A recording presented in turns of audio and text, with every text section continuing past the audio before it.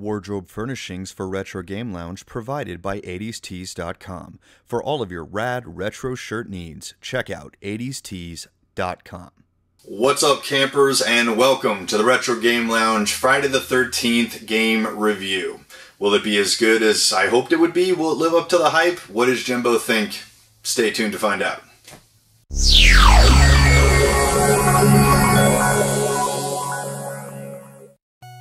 So the Friday the 13th game originally started as just kind of a generic, and I say that with all due respect, kind of slasher game that was originally an idea that was pitched on Kickstarter. And I believe the original title, please correct me if I'm wrong in the comments, was supposed to be called Slasher, like Summer Camp, or something to that effect, where it was like kind of a Friday the 13th game, but not really, you know, kind of walking that thin line for the purposes of legality.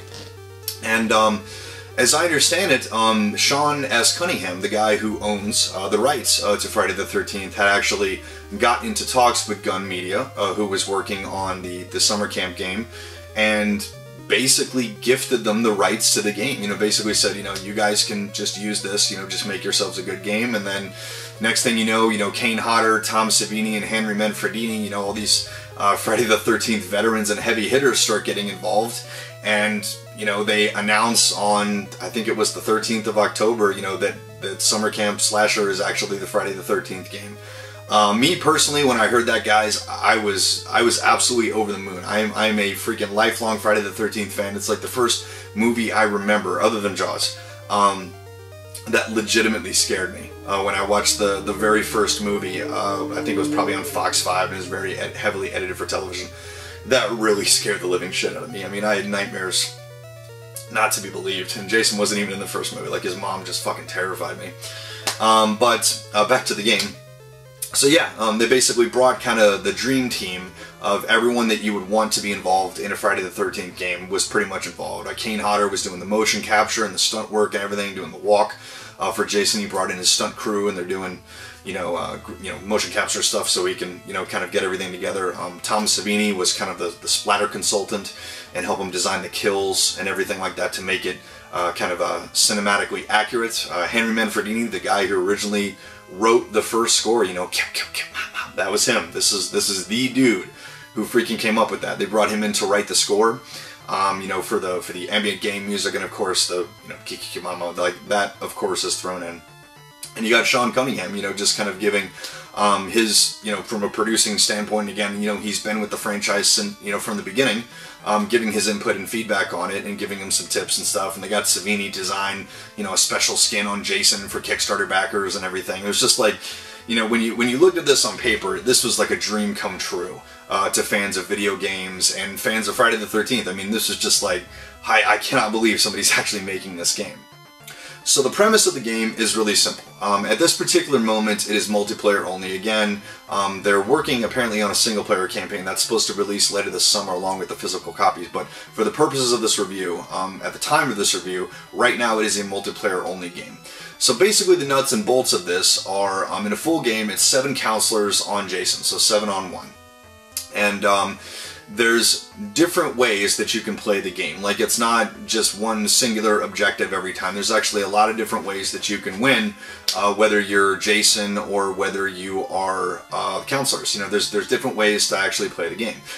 For example, when you're a counselor, there's many different ways that you can survive. The first being that you can basically run the clock out. It starts with a 20-minute timer, and if you're basically still alive, when it gets down to 0, even if you're all jacked up and bloody, you win, you survive. Jason doesn't succeed in killing all of you. On top of that, you can do things like escape in a boat. Again, you have to put parts and stuff together. It's not just like you got to get to the boat and you got to leave. You actually have to do some stuff and kind of earn your druthers to be able to earn the right to escape. Get a boat propeller, fill it with gasoline, etc. Another thing you can do is you can call the police. And again, when you do that, like, it starts a countdown timer, and you just got to stay alive for the 5 or whatever minutes it is. And then on top of that, you got to figure out where the police are on your map, and you got to, make your way out, hopefully avoiding Jason and not getting caught, and make your way to, like, the safe zone where the police are. Another thing you can do is you can actually escape by car. Again, it does require a little bit of work and input and stuff to get everything going. You got to get gas, you got to get a battery, got to find the car keys and everything. It's just like, it just really makes you wonder the question, like, why the hell did they leave this car so a Baron. I mean, it doesn't even have gas in it, you know, let alone a battery and keys. Like, what the fuck? So, but anyways, even if you find the car or the boat or whatever, Jason can still stop you. You know, he can jump in front of the car, he can smash the car, he can chase you in the water, you know, pull you out of the boat and everything. So just because you get in these things isn't guaranteed that you're going to leave. You know, when you're in the car, you've got to kind of navigate your way through and find your way out. It's always really good to have a partner in the car with you to kind of navigate your way out, because you can't look at your map while you're driving. And when you're in the boat, you know, again, same thing. You need to know where you're going so you can escape. And Jason can actually outrun the boat when he gets in the water. So, yeah, you definitely got to be careful, man. I mean, Jason's definitely OP as shit.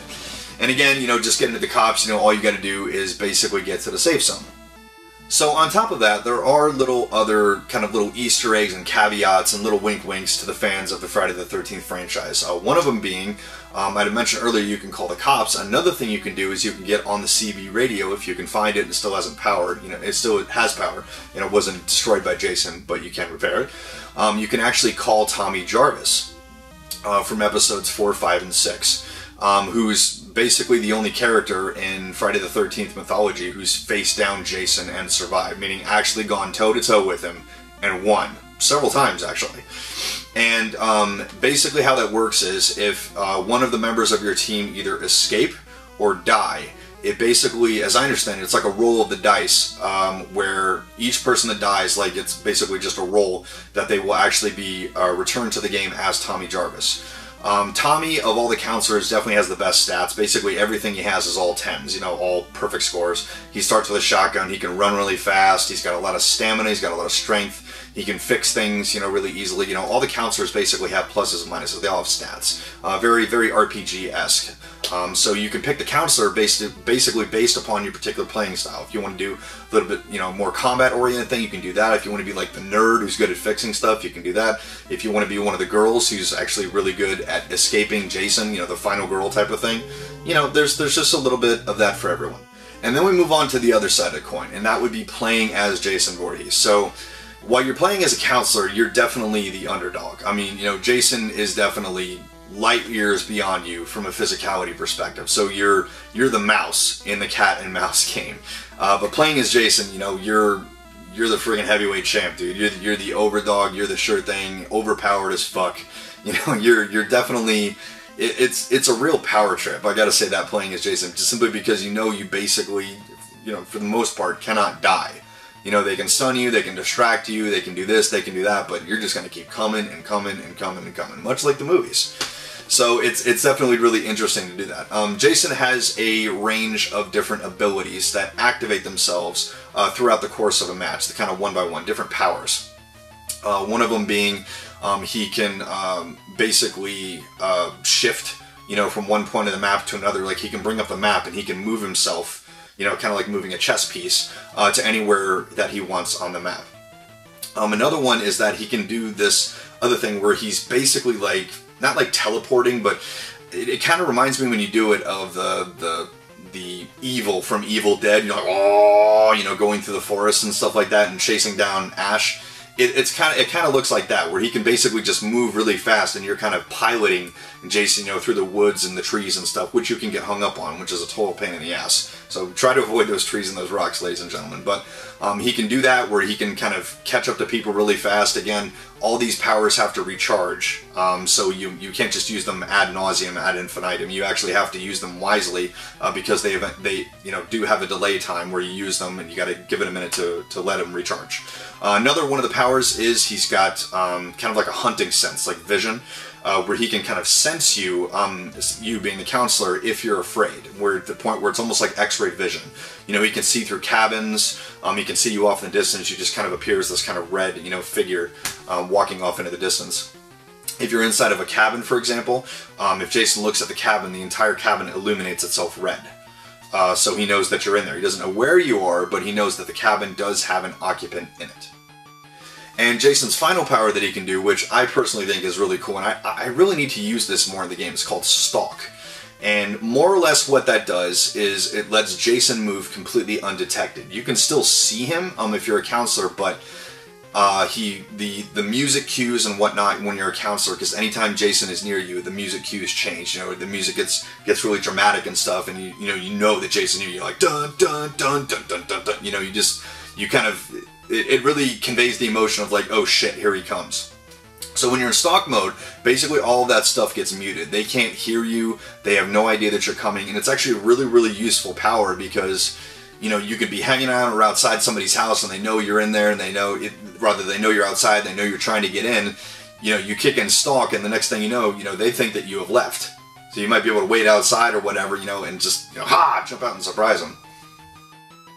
As far as the gameplay itself is concerned, guys, this is basically the most elaborate game of hide and seek that you could possibly imagine playing in a video game, but definitely with a lot higher stakes, you know, because if you're hiding and you get found, you know, you could potentially be killed, you know, in really cool ways, which leads us to the kills. So when you're playing as Jason, there's a myriad of different ways that you can dispatch enemies. If you want to be a real punk when you're playing and not do anything remotely entertaining, this is really irritating, mini rant here, guys, where you can just kind of slash people with your respective weapon, you know, the knife, or rather the machete, pickaxe, harpoon, pitchfork, whatever have you, and just kind of kill them that way, you know, by hitting them 3 or 4 times, which honestly is really boring. The meat and potatoes of playing Jason is the grab kills. You use the left trigger, at least if you're playing on Xbox One, to grab them, and once you do that, it opens a lot more options as far as what you can do to take the counselor out. There's kills that you can unlock, you know, with experience points and things like that, different kind of cinema accurate kills that Tom Savini actually had some input on, and some of them pulled straight from the movies themselves. Some of them use your weapon, like if you have the machete, you can like hack arms off and hack heads off and stuff. Some of it's Jason just using his bare hands, you know, like taking the hands right here and just pulling the jaw apart, or like crushing the head like a grape, or you know, just breaking their legs in two like a fucking turkey wishbone. I mean, it gets really, really creative with the way that they have set so that you can dispatch people. But on top of that, you can actually do what's called context kills, which is basically using your environment to do a little bit more of an elaborate kill, which gets you actually additional experience for kind of creativity bonus. Like if you're near a fireplace, man, there's a really good one where Jason kind of throws them down head first into the fireplace and just kind of steps on them with his foot, and they're like, you know, like getting burned, you know, beyond recognition in the middle of the fireplace. There's one by the campfire where instead of throwing in the fire, he actually takes the marshmallow skewer and just goes like, you know, right down the mouth, and then that's it.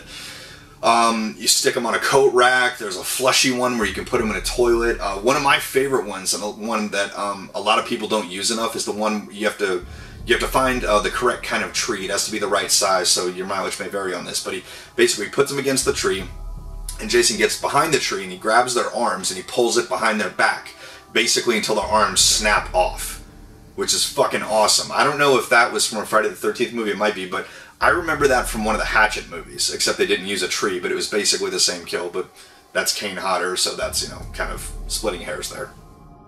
So now we get to some of the very well publicized and very well documented technical problems that Gun Media and IllFonic have been having with this game basically since the get-go. It has just been a real comedy of errors, man. I mean, I don't know what else to call it. I mean, it's just different stuff for different platforms. You know, the guys on PC, the guys on PlayStation 4, the guys on Xbox One, just all kinds of different problems. From what I can understand, the unlucky bastards like myself who actually have it on Xbox One have experienced the most problems. PC was a lot easier to patch. PS4 got a patch really quickly. The Xbox One didn't get a patch until almost 6 days after launch. It took 6 days. And I'm going to be honest with you guys, the patch that was sent out, and I looked at this very carefully, was literally the size of the game. The game was roughly 3.5 gigabytes. The patch was the same size, almost down to the decimal point. Guys, I'm not a programming expert or anything like that, but I know just a little bit enough about it to be dangerous. That's not a patch. That's a completely different build of the game. And some people had noticed when they were watching live streams of the Xbox One versus the PC and the PS4, is that the build on the Xbox One seemed to be a slightly older version than the PS4, the PC. Almost like the Xbox One folks were kind of a little bit behind the 8 ball on this, and we were getting kind of an older version of the game. There was some rumors that it was the beta, but that seemed to be debunked. Like, it wasn't all the way back to beta, but it was maybe just a little bit newer. But it definitely wasn't the finalized, polished version that the PC and the PS4 people got. As far as why that is, guys, I can't really say for sure. Gun Media was basically blaming it on Microsoft, saying, you know, their quality control and stuff like that, getting things past it was a little bit more difficult, a little bit more stringent. That may or may not be true, but I mean, for all intents and purposes, guys, those quality control things are in place for Microsoft for a reason. And it's basically to prevent patches that are bad being put in place like this and just breaking the game even further. So I, for one, am glad that Microsoft thoroughly vets these patches and forces developers to take their time with them. But the bottom line on this, guys, and I'm just going to editorialize a little bit here, they were having issues with the servers at the beginning. I can forgive that. You know, this was basically Gun Media's first kind of tentpole thing. They're a newer company. I can let stuff like that slide, where, you know, they just, yeah, they've got to learn by doing, man, and I can appreciate that. You know, they're trying to do their best. You know, the server load just kind of went through the damn roof, and they got, I think, 75,000 people tried to sign on when it launched, like something just absolutely astronomical, and they were only expecting about half that many people. So they were definitely overwhelmed. So, guys, I can understand the servers being overwhelmed and them having to bring in, you know, server consultants and additional servers and build modules and stuff like that. I can forgive all of that. I mean, is it a pain in the ass because you can't play the game without that shit working? Yeah, I mean, it's really disheartening when you've been waiting this long for the game. Sure, it's annoying, but personally, what I'm tired of hearing, and I've seen this on Twitter, on Facebook, this coming from Gun Media, coming from IllFonic, coming from various different sources, including just regular people who play the game, is people were trying to basically apologize for the glitches that were existing in the game, which I'll get to in a second, and basically blaming that on the server load. Okay, guys, some of the glitches in the game that I personally experienced, and a lot of the people I play with experienced, you know, but more or less the same thing, was we're talking some really whacked out stuff, like, you know, just kills not working, people falling through the map, people flying, like the car taking off when you're trying to escape, people, the famous one, people getting stuck in the boat. When they're trying to escape in the boat and Jason tries to grab you, they just kind of sit there, and it basically just freezes, and Jason can't kill you and the person can't escape. And the worst one on the Xbox One was the game would literally crash all the way down to the dashboard. Meaning it would literally be game over. Not just disconnected from the server, the entire fucking piece of software goes to zero. Guys, again, I'm not an expert on programming, I'm not a server administrator, but I do know a little bit about both of those things. Again, just enough to be dangerous. The server, you know, load, you know, not living up to spec has absolutely nothing to do with that kind of problem. That is a simple, plain and simple problem. That is a problem with bugs in the programming code. I am absolutely 100% sure of that. I have a few friends who work in coding. I bounced this off them, and they, right off the bat, gave me, yeah, that has nothing to do with servers. That's fucking glitching in the code. That meaning the build that they gave you guys was a defective build. So, that, in my opinion, guys, just totally not acceptable. If you're going to release a game to the point where there is such a major hole in it, and this wasn't like a 1 out of 50 type of chance, guys. If you played 10 games, at least initially before the patch, it probably crashed 3 or 4 times. So we're talking almost 50% of the time, your game would completely crash out, you'd lose all your XP, you know, your party would be ditched and all this other stuff, all the people you're playing with you might have lost, all of that shit just got wiped off the map, just like that. When you're trying to play and you're trying to advance in the game, you know, gain XP, unlock certain stuff, that's a real kick in the teeth, guys. I mean, it really is. That is just, you don't release a game that is that flawed to the point where it literally crashes like that. To be fair, Gun Media did do pretty extensive beta testing on this for several months, actually. But the problem is, as I understand it, they only tested this for PC. It didn't get extensively tested, at least other than in-house, for PS4 or Xbox One. This is why, Gun Media, this is why you beta test that stuff. Putting it out for a PC, not the same as putting it out for a console. Again, the constraints, the requirements, everything is totally different when you're talking about Microsoft and Sony and all the vetting and things that you've got to get through. That's a completely different ballgame. If you're going to put a game out for a console, you have to test it to death to make sure that game-breaking bugs like this aren't completely killing the gameplay experience for your customers. So moving on to the patch that we got, I believe it was this past Thursday. which again was the size of the game, and it completely changed the build of the game. So the new build of the game that we got this last Thursday, what did it do? The list of things that Gun Media listed on their Facebook page that this thing would fix was probably the biggest list of bug fixes I think I've ever seen. Especially for what is essentially a day one patch, since this is the first patch that we've gotten, what we probably should have gotten on the first day of the release of the game. I mean, this was immense. Like, just all these kind of random, like the boat thing I mentioned earlier, the car thing, they did seem to address all of those. And for the most part, those type of glitches do seem to be, for the most part, solved. There's a couple little minor things, but the majority of them seem to be corrected. However, there is still a problem with the game crashing to the dashboard, at least still on the Xbox One. That's the only one I can vouch for personally. Again, in my opinion, guys, given that it's been over a week, it's been like a week and a half at this point, at the time of this review airing, that is just totally not acceptable in my opinion, guys. And as gamers, collectors, and consumers, we should not be satisfied with that. The people that I've seen on Facebook saying, like, you know, oh, it's okay, Gun Media, oh, you can do this. All right, first of all, fuck you, because you're not speaking for me on that. Secondly, are you really okay with paying for something and then it not working? I mean, if you were buying a car, for example, from a car dealership, and, I don't know, for about the first week and a half, the car simply didn't run right, like it kind of ran, but it didn't run the way it should, would you not be back at the dealer saying, like, why isn't this fixed? And then the dealer tells you, oh, we're working on it. Would you accept that? I don't think you would. If the same thing was with your house, or with a new air conditioning unit, or a refrigerator, or even food, you know, in a restaurant. You know, I understand, guys, that those are a little bit more important in the grand scheme of life, but the bottom line is here, we're talking about economy and consumerism. The bottom line is that you paid for something. It doesn't matter what that something is. You paid for something with your money, which gives it value. Meaning you spend part of your paycheck on that, and that thing that you spent your money on is not working the way it should. Meaning it's breaking, you know, almost 50% of the time. If you're not upset about that, then in my opinion, you are part of the problem. You should not be accepting that. That should be completely unacceptable, especially a week into this. I mean, you shouldn't be flying off the handle blasting on Facebook or anything, but you should be like, no, you guys need to fix this, period. As far as how the game is playing currently, it seems to have stabilized a little bit. Again, the crashing has definitely been reduced. To give you a rough estimate, I'd say if I played 10 games, it might be 1 or 2 crashes. Still unacceptable in my opinion, guys. I don't think it should be crashing at all. And we're not talking about disconnecting from the server. Again, we're talking about crashing all the way to the dashboard, which again is a programming flaw. That, Gun Media, totally not cool.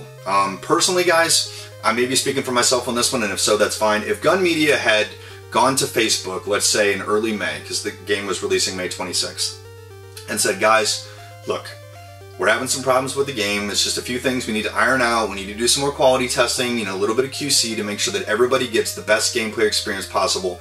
Can we back this up just another month? We just want to iron things out to make sure that nobody gets a raw deal on release. I personally wouldn't have been the least bit upset about that. Again, we waited 1.5 years for it. I wouldn't mind waiting an extra month, especially if I knew that they were taking the time to make sure that the game was finished correctly. Keyword, finished. Not a half-assed product, but actually finished. I'd be like, dude, what's another 30 days? You know, they're going to get it and they're going to do it right. It's all good. I'll give them another month.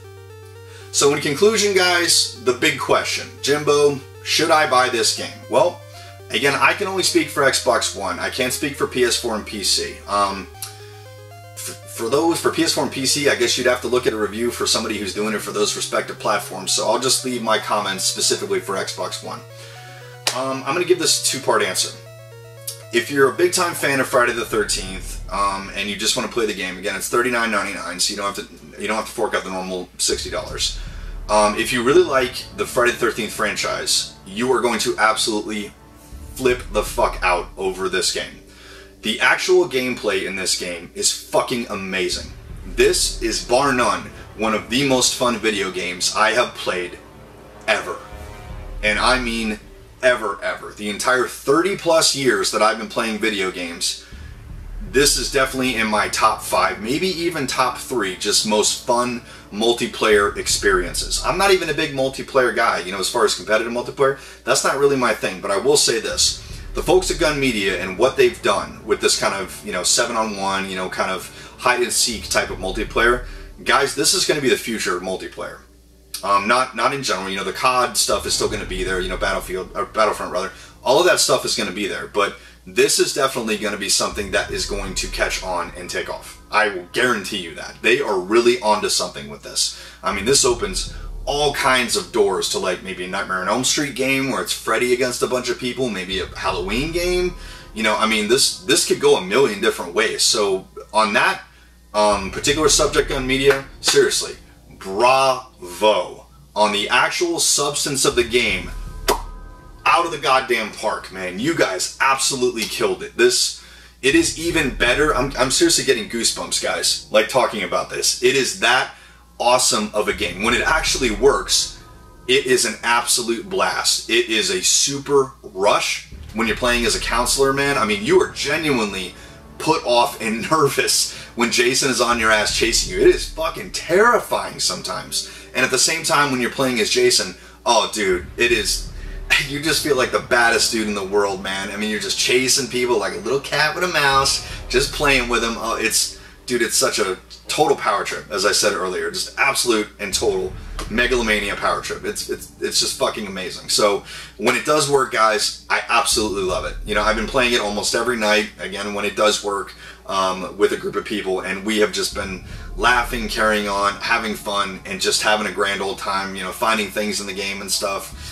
And just having fun. I mean, this to me is like the nuts and bolts of video games, man. Just a bunch of people coming together to play a game and just laughing and having a good time. So on that particular note, Gun Media has absolutely succeeded. So the core of the game, the spirit of the game, I'm going to give it a 10 out of 10. I can do that right out of the gate, clear conscience. I can say that part of it, this is perfect. It absolutely is. They need to add some things to it. Again, we could use some more maps. There's only 3 maps right now. Of course, they're going to release more maps. There'll be map packs, costume packs, and all that. This game is so DLC friendly that it's just despicable. So all of that I can guarantee you is coming. They'll add more stages and things, different kills, you know, all of that absolutely coming down the pike. But I mean, just playing with the 3 maps that we have, guys, oh my god, because the outcome of the game just seems like it's completely different every single time. It hasn't gotten old yet, you know. I mean, I've been playing it every single night for a week. I mean, to be perfectly honest, guys, and a lot of you may be asking, you know, Jimbo, why are you doing this review when the game has barely been out a week? Guys, this game came out the Friday of Memorial Day weekend, so I was off Friday, Saturday, Sunday, and Monday. I basically did nothing but play this game all 4 days. So in that one singular weekend, I probably had more than 50 hours into the game total. So I think that's more than enough to have an accurate opinion on how the game plays, the pluses and minuses and stuff like that, especially with the glitches and things we've been having right now. I've definitely experienced those things 100-fold. So I do really feel very comfortable putting this review out there, even though it's been less than 2 weeks since the game is out, simply because I have put so much time into this game, because it is so addictive. You know, even though it's breaking half the damn time and all this other fucking nonsense with programming code, I'm still going back to playing it. That should tell you everything you need to know, that even with all the bullshit with this game and all this completely unacceptable nonsense that's coming from the developers of the game, I still want to play it. I still can't wait to play it. When I get home from work, I want to, you know, get home from the gym, I want to sit down and just fucking rock out with my friends and kill some people and run away from Jason. It is that much fun. It seriously is. Especially if you're a lifelong fan of the franchise like I am, you are going to have an absolute blast playing this game. I mean, you legitimately are. I will guarantee you. Even if you're not a fan of a franchise, man, if you like horror movies, if you just like hide and seek, you know, type of games, dude, this is the game for you. There's so many winks in the game, man, little Easter eggs and things. The guys who did this did their homework as far as Friday the 13th is concerned, man. They have a passion for this franchise, and that absolutely shines through in this game. That speaks volumes. So their passion for this product, I think, is really what keeps people like me coming back. So that about wraps it up. I want to thank everyone so much for stopping by. This review is a little bit longer than I thought it would be, but I just wanted to get all my points on the table and give you guys as well-rounded of a review as I could. Again, it's my first review, so just bear with me here. I hope I did as good of a job as you had wanted. Hope I'd answered all your questions, but if I didn't, go ahead and leave me a comment below. I will be happy to do so. Just Ask anything you want about the game, guys. I played this fucking thing to death, so I'm pretty sure I can answer just about any question you can throw at me. Again, thank you so much for stopping by, and I will see you guys next time.